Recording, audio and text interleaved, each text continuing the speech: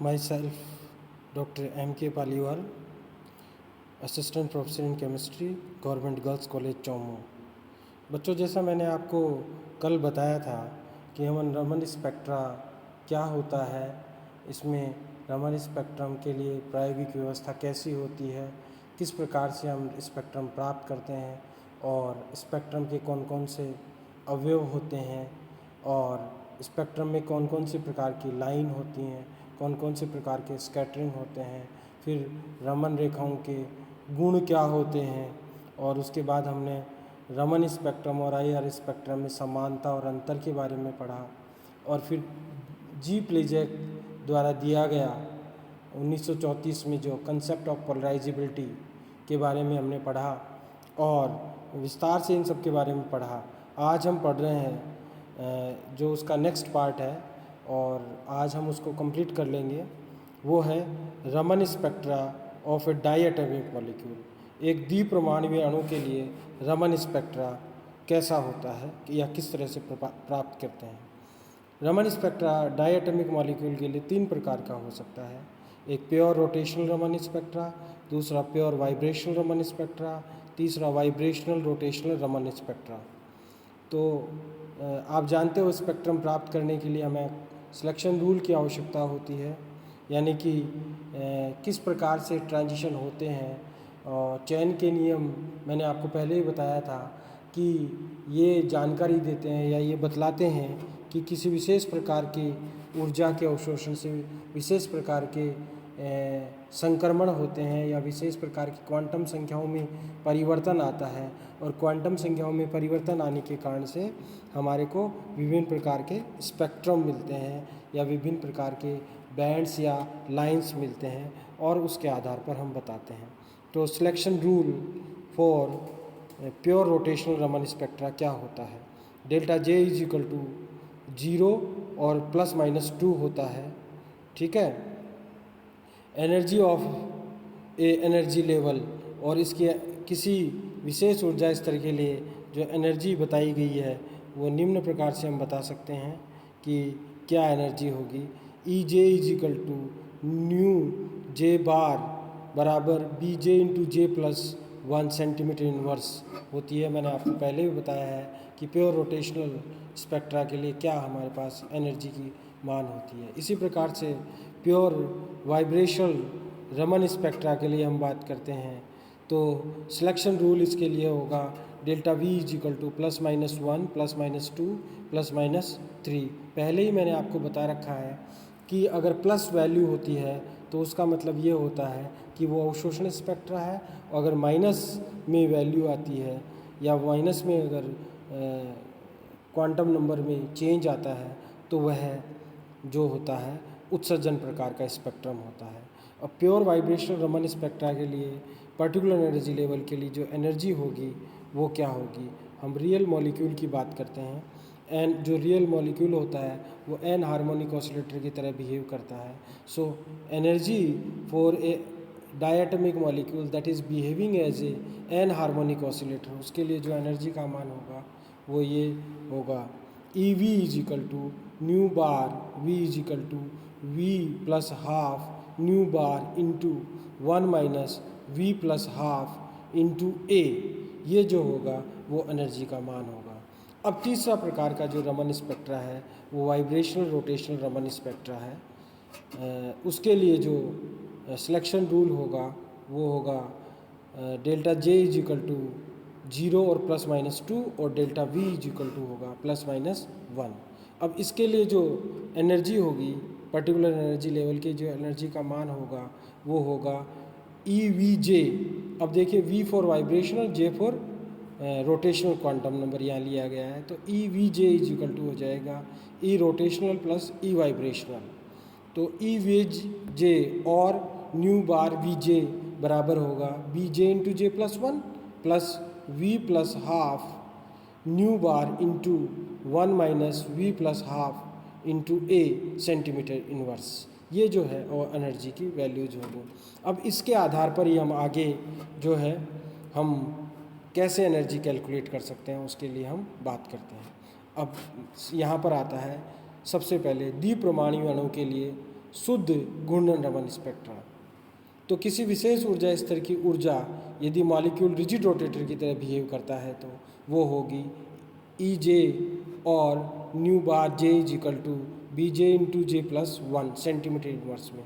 मैंने पहले ही बताया सिलेक्शन रूल जो होगा delta J is equal to 0 होगा तो हमें रिले स्कैटरिंग प्राप्त होगा, और अगर delta J is equal to ±2 है तो हमारे को रमन स्पेक्ट्रम रमन स्कैटरिंग होगी। यानी इसमें हमारे को दो प्रकार की रेखाएं मिलेंगी, या तो मिलेंगी स्टोक्स लाइंस या फिर एंटी स्टोक्स लाइंस जो हैं वो मिलेंगी। अब देखिए दो ऊर्जा स्तरों में ऊर्जा अंतर तरंग संख्या में निम्न व्यंजक द्वारा बताया जा सकता है। तो डेल्टा ई जे और delta nu bar is equal to हो जाएगा B J double dash into J double dash plus 1 minus B J dash into J dash plus 1 centimetre inverse में। यहाँ पर डबल डैश का मतलब है हायर क्वांटम नंबर या हायर रोटेशनल क्वांटम नंबर, और जो जे डैश है वो लोअर क्वांटम नंबर से संबंधित है। इस प्रकार से हम बता सकते हैं। अब हम नेक्स्ट बात करते हैं।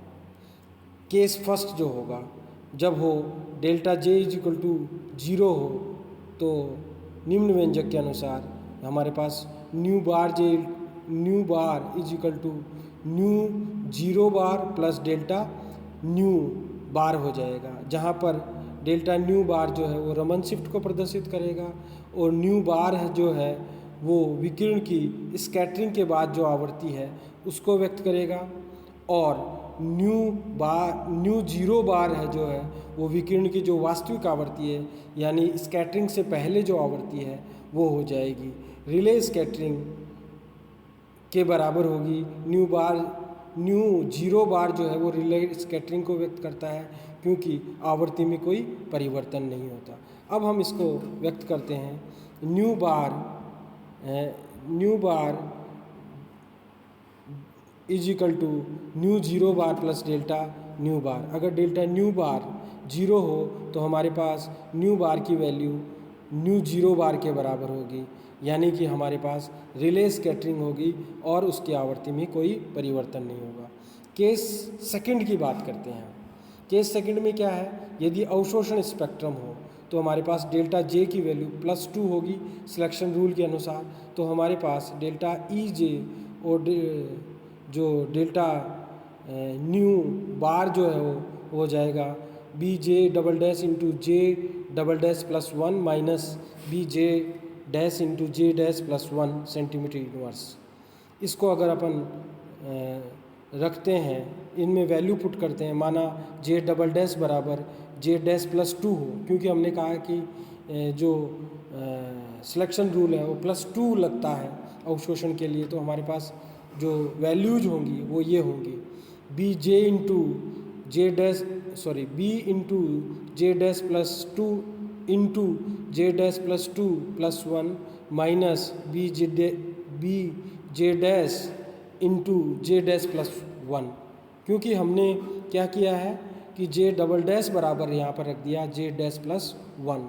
अब हम इसको सॉल्व करते हैं तो हमारे पास आता है B into J dash +2 into J dash +3 minus B J dash into J dash +1 centimetre inverse. अब देखिए इसमें बी कॉमन ले सकते हैं, तो बी कॉमन लेने के बाद हमारे पास हो जाएगा, और सॉल्व करने के बाद हमारे पास हो जाएगा, आपस में मल्टीप्लाई करेंगे बी जे डैश +2 और जे डैश +3 को मल्टीप्लाई करेंगे तो हमारे पास अल्टीमेटली ये आएगा, क्या आएगा, B into J dash square plus 3जे डैश प्लस 2जे dash plus 6 minus J dash square minus J dash. अब इसमें जे डैश स्क्वायर से जे डैश स्क्वायर कट जाएगा तो हमारे पास अल्टीमेटली बचेगा बी इंटू 4जे डैश +6 सेंटीमीटर इनवर्स, जहाँ पर जे डैश की वैल्यू 0, 1, 2, 3 हो जाएगी। अतः निम्न व्यंजक के अनुसार हमारे पास जो ऊपर व्यंजक हमने लिया है, तो nu bar is equal to nu 0 bar plus delta nu bar is equal to हो जाएगा हमारे पास डेल्टा न्यू बार की वैल्यू रख देंगे तो हमारे पास आ जाएगा nu 0 bar plus B into 4जे प्लस 6 सेंटीमीटर इनवर्स। तो ये हो जाएगी एंटी स्टोक्स लाइन, या एंटी स्टोक लाइन की लाइंस प्रदर्शित करेंगी, क्योंकि यहाँ पर आवर्ती में वृद्धि हो रही है। और मैंने पहले ही बताया, अगर स्कैटर्ड लाइट की आवर्ती में वृद्धि होती है तो उससे जो संबंधित लाइंस होंगी वो एंटी स्टोक्स लाइन होंगी। तो हमारे पास अगर हम यहाँ पर जो है 0 रख देंगे इसका मान, तो अगर ट्रांजिशन 0 से हो रहा है तो हमारे पास जो वैल्यू हो जाएगी वो हो जाएगी nu bar is equal to nu 0 bar plus 6b centimetre inverse जो है ये हो जाएगी। ठीक है, अब अपन केस सेकंड लेते हैं उत्सर्जन स्पेक्ट्रम के लिए। Delta J is equal to -2, तो ई जे इन और delta nu bar is equal to हो जाएगा -b into 4j dash plus 6 centimetre inverse. अतः निम्न व्यंजक के अनुसार ये हो जाएगा nu bar is equal to nu 0 bar plus delta nu 0 is equal to nu 0 bar minus b into 4j plus 6 centimetre inverse. और स्टोक्स लाइंस हो जाएंगी ये, क्योंकि आवर्ती में कमी आ रही है। यदि आवर्ती में कमी आती है तो हमारे पास ये हो जाएगा।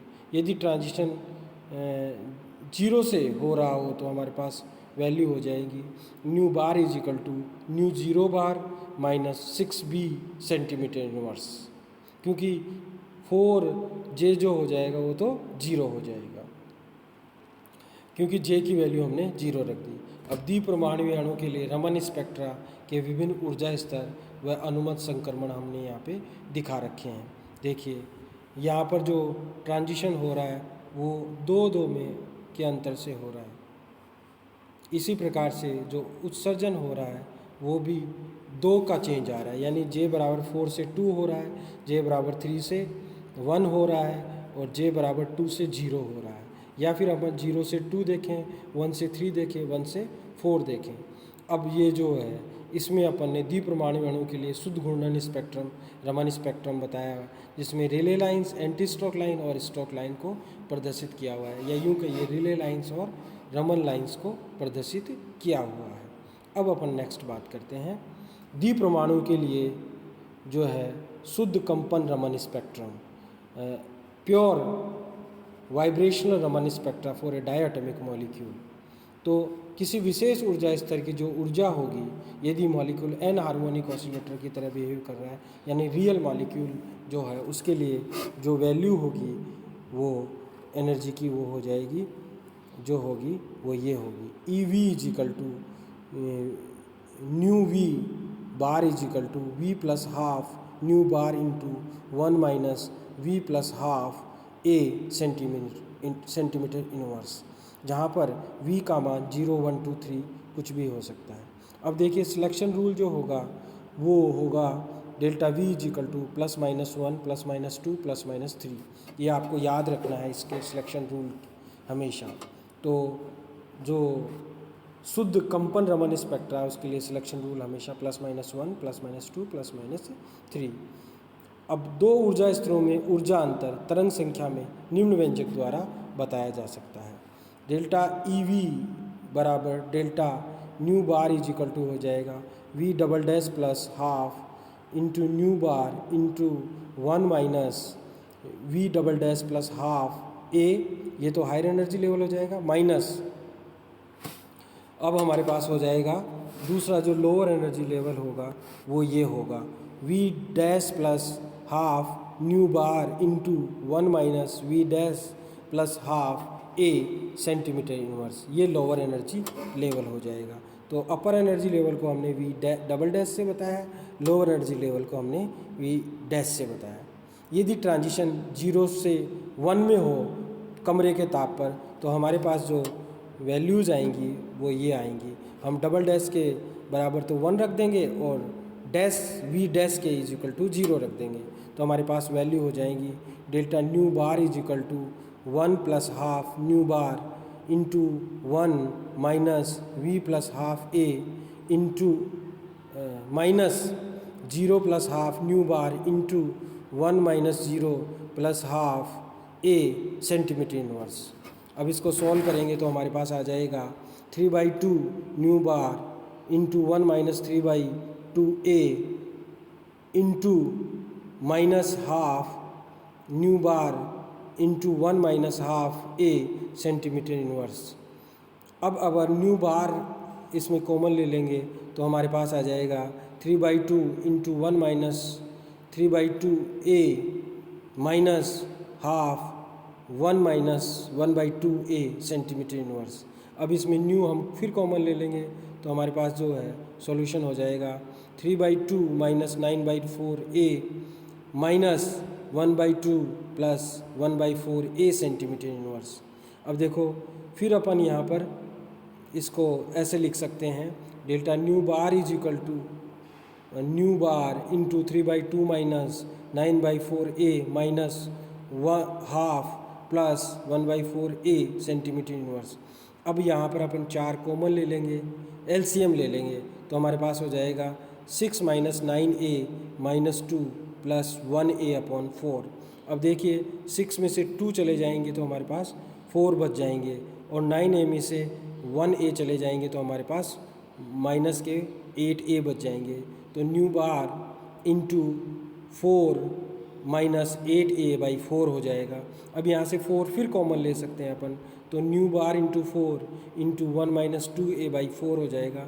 4 से 4 कट जाएगा तो हमारे पास अब डेल्टा न्यू बार 0 to 1 होगा, वो होगा nu bar into 1 minus 2a centimetre inverse. और ये होगा फंडामेंटल बैंड। जो ट्रांजिशन 0 से होते हैं वो हमेशा फंडामेंटल बैंड कहलाते हैं। अब स्टॉक लाइंस के लिए क्या हो जाएगा, स्टॉक लाइंस में आवर्ती में कमी आती है तो हमारे पास न्यू बार स्टॉक से इक्वल टू हो जाएगा न्यू जीरो बार का मतलब वह आवर्ती जो स्कैटरिंग से पहले विकिरण की थी। तो न्यू जीरो बार minus nu bar into 1 minus 2a centimetre, ये आवर्ती में कमी तो स्टॉक लाइन हो जाएगी। एंटी स्टॉक लाइन में ये प्लस हो जाएंगी। For anti stock line nu bar anti stock is equal to हो जाएगा nu zero bar plus nu bar into 1 minus 2a centimetre inverse. आवर्ती में यहाँ पर वृद्धि हो रही है तो ये हो जाएगा। अब देखिए फॉर रमन लाइंस क्या हो जाएगा, nu Raman is equal to हो जाएगा nu zero bar plus nu bar into 1 minus 2a centimetre inverse. ये रमन लाइंस के लिए हो जाएगा। हम अगर कहें प्लस माइनस में अगर रमन लाइंस वही होती है स्टॉक और एंटी स्टॉक लाइंस, तो यहाँ पर अपन ने ये कह दिया nu bar Raman is equal to हो जाएगा nu zero bar plus minus nu bar into 1 minus 2a centimetre inverse. यानी स्टॉक और एंटी स्टॉक लाइंस को एक जगह हमने व्यक्त कर दिया है। अब अपन बात करते हैं नेक्स्ट द्विपरमाणु के लिए कंपन घूर्णन रमन स्पेक्ट्रा।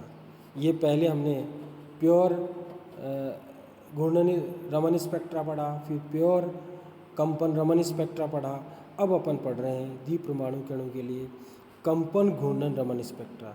किसी द्विपरमाणु गैस या अणु के लिए कंपन घूर्णन रमन स्पेक्ट्रा के लिए किसी विशेष ऊर्जा स्तर की जो ऊर्जा होगी वह होगी क्या, हम इसको निम्न प्रकार से व्यक्त कर सकते हैं EVJ और nu bar VJ is equal to हो जाएगा BJ into J plus 1 plus V plus half nu bar into 1 minus V plus half A centimetre inverse. अब देखिए सिलेक्शन रूल जो होगा इसके लिए हमारे पास हो जाएगा delta J is equal to 0 और प्लस माइनस 2 और delta V is equal to plus minus 1। यानी रोटेशनल क्वांटम नंबर में चेंज 2 का आ सकता है जबकि वाइब्रेशनल क्वांटम नंबर में चेंज जो है वो 1 का ही आएगा। अब 2 ऊर्जा स्तरों में ऊर्जा अंतर निम्न व्यंजक द्वारा बताया जा सकता है। अगर तरंग संख्या में हो या एनर्जी में हो तो डेल्टा EVJ और delta nu bar VJ is equal to हो जाएगा BJ double dash into J double dash plus 1 plus V double dash half into nu bar into 1 minus V double dash plus half A। ये हो गया, क्या हो गया, higher energy level हो गया। और अब अपन लोअर एनर्जी लेवल को लिखते हैं तो हमारे पास हो जाएगा minus B J dash into J dash plus one plus v dash plus half nu bar into one minus we dash plus half a, ये हो जाएगा लोअर एनर्जी लेवल। इन दोनों में जो अंतर होगा हमारे पास, ये हमारे पास पर्टिकुलर ट्रांजिशन के लिए वैल्यू आ जाएगी। कमरे पे ताप पर अधिकांश अणु जो होते हैं वो ग्राउंड स्टेट में रहते हैं, अतः संक्रमण जो है वो जीरो से हमेशा V1 की तरफ होते हैं। इस प्रकार डेल्टा J बराबर 0 प्लस 2 माइनस 2 हो सकता है, और अगर डेल्टा V बराबर प्लस माइनस 1 हो सकता है। तो प्लस माइनस अगर डेल्टा J की वैल्यू 0 हो और डेल्टा V की वैल्यू प्लस माइनस 1 हो तो स्पेक्ट्रम में हमारे को Q ब्रांच प्राप्त होती है। अगर डेल्टा J की वैल्यू प्लस 2 हो और डेल्टा V की वैल्यू प्लस माइनस 1 हो तो हमारे को S ब्रांच प्राप्त होती है। अगर डेल्टा J की वैल्यू माइनस 2 हो और डेल्टा V की वैल्यू प्लस माइनस 1 हो तो हमारे को O ब्रांच प्राप्त होती है।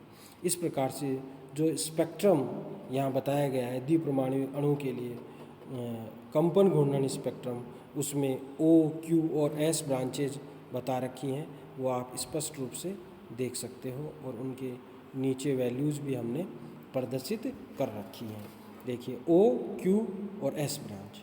अब कुछ इम्पोर्टेंट पॉइंट्स हैं जो हमारे को याद रखने हैं। मैंने इसमें लिख रखा है कि रमन और IR एक्टिव होंगे या नहीं होंगे। मॉलिक्यूल विथ सेंट्रोसिमेट्री या सेंटर ऑफ सिमेट्री के साथ अगर मॉलिक्यूल हो, जैसे CO2 हो, CS2 हो, C2H2 हो या ट्रांस C2H2Cl2 हो, तो ये रमन एक्टिव होंगे ड्यू टू द पोलराइजेबिलिटी। अगर होमोन्यूक्लियर डायटोमिक मॉलिक्यूल हो जैसे H2 है, N2 है, O2 है, ये रमन एक्टिव होंगे। इसमें क्या होता है कि इंड्यूस डाइपोल उत्पन्न हो जाता है। और दूसरा, मॉलिक्यूल विदाउट सेंटर सिमेट्री जैसे सिस C2H2Cl2 हो, N2O ये रमन और IR दोनों एक्टिव होंगे क्योंकि इनमें परमानेंट डाइपोल मूवमेंट पाया जाता है। इस प्रकार से रमन स्पेक्ट्रम हम प्राप्त कर सकते हैं। ये सब रमन स्पेक्ट्रम की इम्पोर्टेंट बातें थी, हमारे को ये ध्यान रखनी है। इस प्रकार से रमन स्पेक्ट्रम पूरा होता है। नेक्स्ट क्लास में मैं आपको इलेक्ट्रॉनिक स्पेक्ट्रोस्कोपी या अल्ट्रावायलेट विजिबल स्पेक्ट्रोस्कोपी पढ़ाऊँगा, या उसको ट्रांजिशन स्पेक्ट्रोस्कोपी भी कहते हैं, उसके बारे में हम विस्तार से चर्चा करेंगे। Thank you.